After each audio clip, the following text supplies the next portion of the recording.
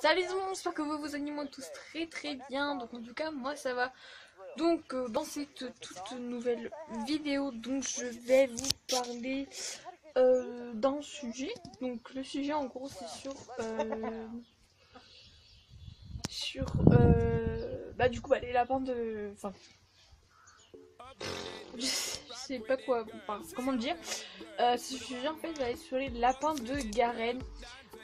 Donc pourquoi je vais vous parler de ce sujet là, parce que tout simplement mon père a récupéré de la pro Garenne.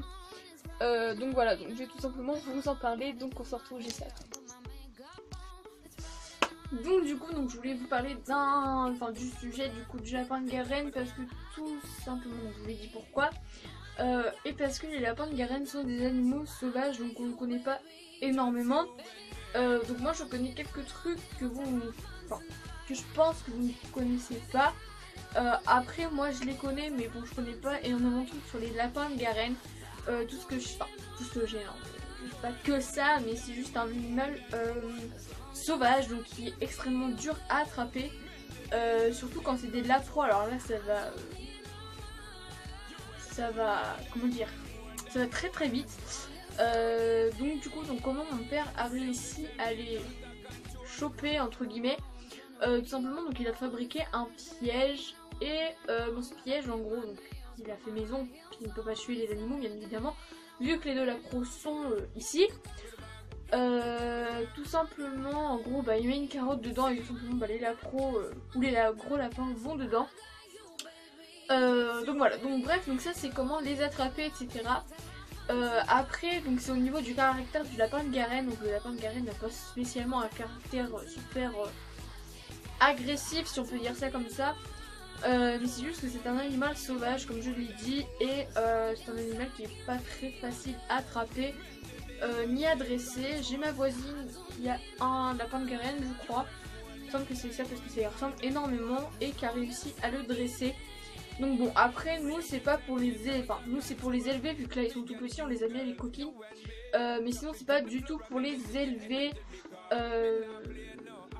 Si c'est pour les élever mais pas pour les garder après, c'est à dire que quand ils auront pris beaucoup de poids et qu'ils auront eu l'âge de les tuer, parce que c'est quand même des animaux qui sont à la base qui ne sont pas des animaux de compagnie.